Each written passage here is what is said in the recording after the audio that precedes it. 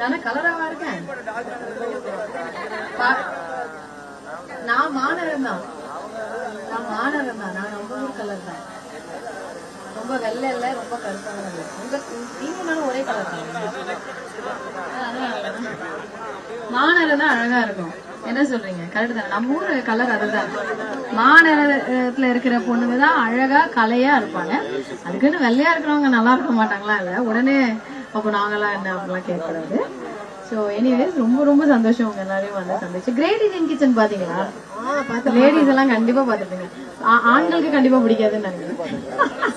இல்ல அப்படி இல்ல மேடம், அந்த மாதிரி கலாச்சாரத்தை பிரேக் அவுட் பண்ணுங்கிற ஆண்களுக்கு அது ரொம்ப பிடிச்ச ஒரு படம் தான். நிச்சயமா கண்டிப்பா.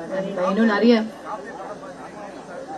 காப்பேர் ரணசிங்கம் அது உண்மையா நடந்த ஒரு கதை. அது எல்லாமே ராமநாதபுரத்துல கிட்டத்தட்ட கடந்து ஒரு 12 வருஷமா வந்து எத்தனை பேர் இங்க படம் பாத்தீங்க? அந்த படம் காப்பேர் ரணசிங்கம் கிட்டத்தட்ட 22,000, அதாவது 22,000 பாடி வந்து இன்னும் வரல அப்படின்னு ஒரு ரெக்கார்டே இருக்கு. துபாயில இருந்து, பல வெளிநாட்டுல இருந்து.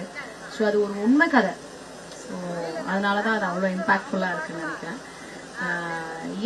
எனக்கு ரொம்ப பிடிச்ச படம் காப்பேர் ரணசிங்கம், கனா, காக்கா முட்டை, வட சென்னை, நடிக்கிற படத்துல உங்க கொண்டு தர்மதுரை, வட சென்னை 2 வந்துரும். இப்பதான் சொல்லிருக்காங்க.